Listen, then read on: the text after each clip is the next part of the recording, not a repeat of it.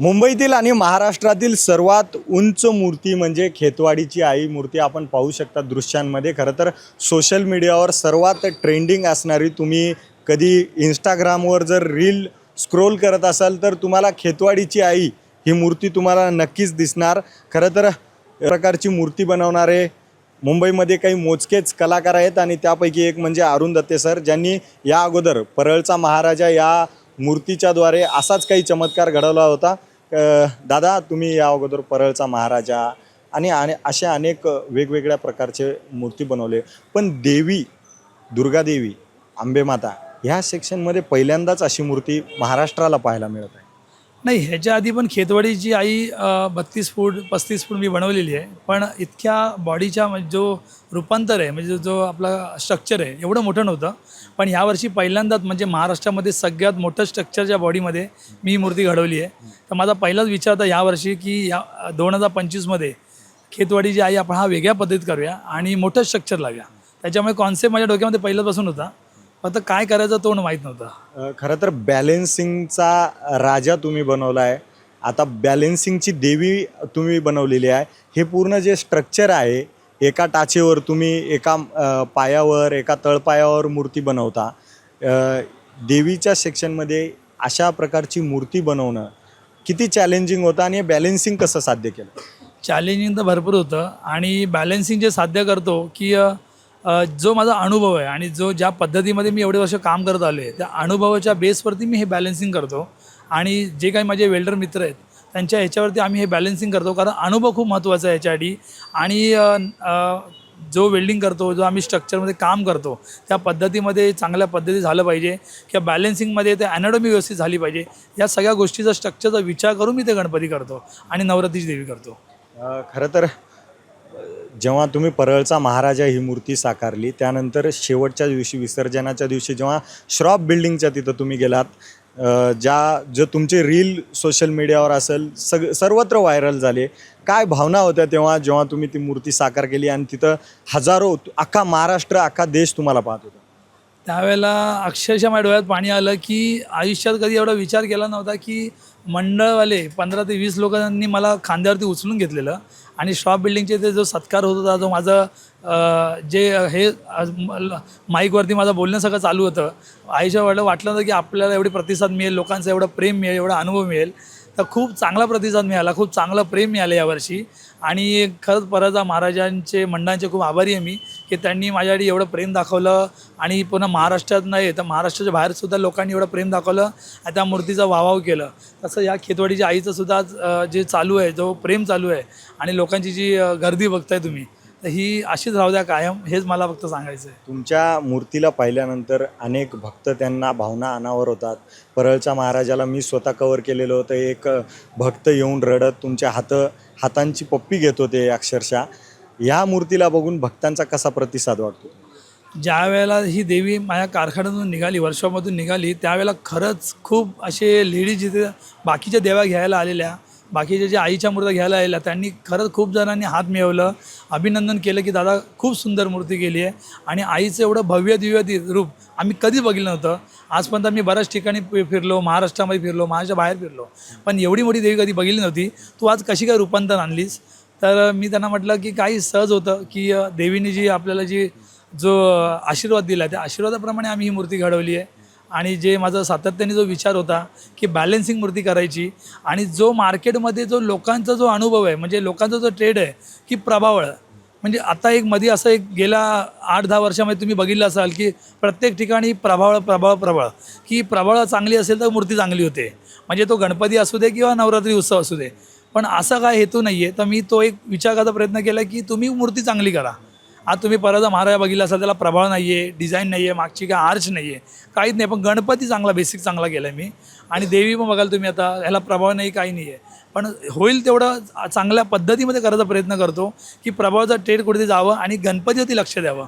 कारण प्रभावामध्ये सातत्याने आपण बरेचसे तुम्ही बघता आपण देव आणतो, बऱ्याचशा गोष्टी आणतो आणि विसर्जनच्या वेळेस ते सगळे पायाखाली येतात। ते अशा गोष्टी घडू नये, तुम्ही मूर्ती घडवा, देव त्याच्यातही प्रसन्न होईल तुम्हाला। आणि असं नाही की प्रभावामध्ये विष्णू आले तर विष्णू दिसेल, म्हणजे हे दिसेल, असं काही होत नाही आहे। तुम्ही मूर्ती चांगली घडवा तर विसर्जनही चांगलं होईल असं मला वाटतं. मी त्याच विषयावर येणार होतो. म्हणजे हा तुमचा वैयक्तिक हे आहे, त्याच्यामध्ये तुमची एक भूमिका आहे मूर्तिकार म्हणून. तुम्ही मूर्ती साकारता, तुम्ही मंडळांना ती हँडओव्हर करता, त्यांच्या मनाप्रमाणे देता. मात्र जे परळचा महाराजाबद्दल तुम्हाला जेवढं प्रेम मिळालं, जेवढं तुम्हाला परदेशातून सुद्धा येऊन तुमची भेट घेणारे लोक होते, पण थोड्या शेवटच्या दिवशी जो प्रकार काही घडला, सोशल मीडियावर व्हायरल झाला, त्यावरून काही निगेटिव्ह कमेंट्स पण आले. तुमची काय भूमिका आहे त्याबद्दल? तुमचं काय मत आहे? मी एका मागच्या मुलाखतीत बोललेलो की जेव्हा बरेचसे गणपती असतात, जेव्हा विसर्जनला जातात, तर त्या विसर्जन दिवशी त्यांना ते मूर्त्या पाडाव्याच लागतात. कारण शेवटी एवढी मोठी मूर्ती पाण्यामध्ये विसर्जन होत नाही आणि बऱ्याचशा मंडळांच्या ट्रॉल्या द्यावायच्या असतात. त्याच्यामुळे त्या मूर्त्या त्यांना पाडल्याशिवाय पर्याय नसतो. त्याच्यामुळे परळचा महाराज हा एवढं कालांतरमध्ये, म्हणजे एवढं लांब अंतर असून सुद्धा तो बॅलेन्सिंग हल्ला नाही आहे, पण त्यामुळे ती मूर्ती पडली नाही, ती मूर्ती पाडली आहे. कारण का? विसर्जन करण्यासाठी. आणि असं नाही आहे की तो बॅलेन्सिंग गणपती होता म्हणून तो पाडला. तर सिंहासनवाले गणपती जे असतात, साधे मूर्त्या जे असतात, तेही पाडले जातात, कारण विसर्जन करावं लागतं BMCंना, आणि विसर्जन केल्याशिवाय पर्याय नसतो. आणि प्रत्येक गणपती हा पाण्यामध्ये विसर्जन केल्यानंतर तो स्वतः बाहेर जातो. त्याच्यामुळे हे प्रत्येक नागरिकांनी लक्षात ठेवावे. आणि उद्या जरी तुम्ही ज्यांनी विसर्जन बघितलं नसेल, त्यांनीच हा ट्रोल केला आहे. त्याच्यामुळे मला असं वाटतं की आता उद्या ही मोठी मूर्ती आहे, उद्या ही पण तुम्ही बघायला याल, ह्याची मग व्हिडिओ कराल, ह्याची व्हायरल कराल आणि ह्याच्यावरती काहीतरी ट्रोल बनवाल. तर हे करायच्या आधी तुम्ही विचार करा, पहिला समुद्रावरती पोचा, ती मूर्ती कशी विसर्जन करते, विसर्जन कसे होतात आणि विसर्जन कुठल्या पद्धतीत केले जातात, हे पहिला तुम्ही बघा. आणि आपल्या देवीचा या आपल्या गणपतीचा आपण किती अपमान करतो स्वतः, हे पहिला तुम्ही मुळीच बघा. आणि ज्यांनी ट्रोल केला आहे त्यांनी ह्या गोष्टी लक्षात ठेवा की तुम्ही स्वतःचं चारित्र्य बाहेर काढताय. देवाचं नाही, तुम्ही स्वतःचं चारित्र्य लोकांना दाखवताय आणि स्वतःच्या देवाला तुम्ही पाण्यावर लावताय. अशा गोष्टी करू नका. मूर्तिकार म्हणून तर तुमची भूमिका मूर्ती बनवणं आणि मंडळाला हँडओव्हर करणं, पुढे मंडळ असेल किंवा महानगरपालिका असेल, हे त्यांच्या भूमिका आहेत, त्याबद्दल काही हेच नाही त्या हे. पण तुम्ही जेव्हा एखाद्या मंडळाला आपण बॅलेन्सिंगची मूर्ती द्यायचं ठरवता, तर काय क्रायटेरिया बघता? कुठल्या मंडळाला तुम्ही अशा अत्याधुनिक मूर्ती देता? कारण ह्या मूर्तीमध्ये रिस्क आहे, या मूर्तीमध्ये सांभाळ करण्याला पण खूप नियम अटी आहेत. देवीचे तर नियम त्याच्यापेक्षा हार्ड असतात. तुम्ही कसं ठरवता की कुठल्या मंडळाला मी यावर्षीची माझी बेस्ट मूर्ती देणार? नाही, तुम्ही बरोबर विचारलं. हा प्रश्न खूप महत्त्वाचा आहे. कारण बॅलेन्सिंग मूर्ती कुठल्या मंडळाला द्यावं आणि कुठल्या मंडळाला नाही द्यावं. ज्या मंडळांना ही मूर्ती व्यवस्थितपणे रीत्याने, चांगल्या पूजेने, चांगल्या श्रद्धेने व्यवस्थित आपल्या मंडपात घेऊन जाता येतं आणि व्यवस्थित त्या भावनेने व्यवस्थित विसर्जन करता येतं, त्या मंडळांना आपण ती मूर्ती देऊ शकतो. कारण बरेचसे मंडळ तुम्ही असे बघितलेत, मी कोणाचं नाव घेत नाही आहे, की मूर्तींची बऱ्याचशा गोष्टी असे वरखाली करतात, म्हणजे लक्ष नसतं मूर्तीवरती किंवा इकडे तिकडे गोष्टी होतात. आणि ही बॅलेन्सिंग म्हटलं खूप सांभाळावी लागते. त्याच्यामुळे मूर्ती, मी असं बोलत नाही प्रत्येकजण आपला गणपती सांभाळतो, पण ही बॅलेन्सिंग मूर्ती खूपच सांभाळावी लागते. कारण उद्या जर काही या गोष्टीची इजा झाली किंवा काही गोष्टी घडवून गेल्या, तर उद्या मला सगळ्यात मोठा दोष लागेल. कारण मी जेवढ्या काही गोष्टी कमवल्यात आयुष्यामध्ये, जे नाव कमवलं आहे, ज्या काही गोष्टी कमवल्या, मैत्री कमवली आहे, प्रेम कमवलं आहे, ते सगळं काही मिटेल. आणि त्याच्यानंतर जे लोकांचा जो ट्रोल होईल, माझ्यावरती नाव होईल, तर ते खूप खालच्या दर्जाला जाईल असं मलाही वाटतं. आणि जर उद्या काही कोणाच्या गोष्टीला, कोणाच्या अंगाला इजा झाली माझ्यामुळे किंवा माझ्या मूर्तीमुळे, तर ते मी आयुष्यभर सहन करू शकत नाही आहे. त्याच्यामुळे त्या गोष्टीचं खूप विचार करावं लागतं की आपल्यामुळे आपल्या मूर्तीमुळे कुठे इजा होऊ नये, कोणाला त्रास होऊ नये.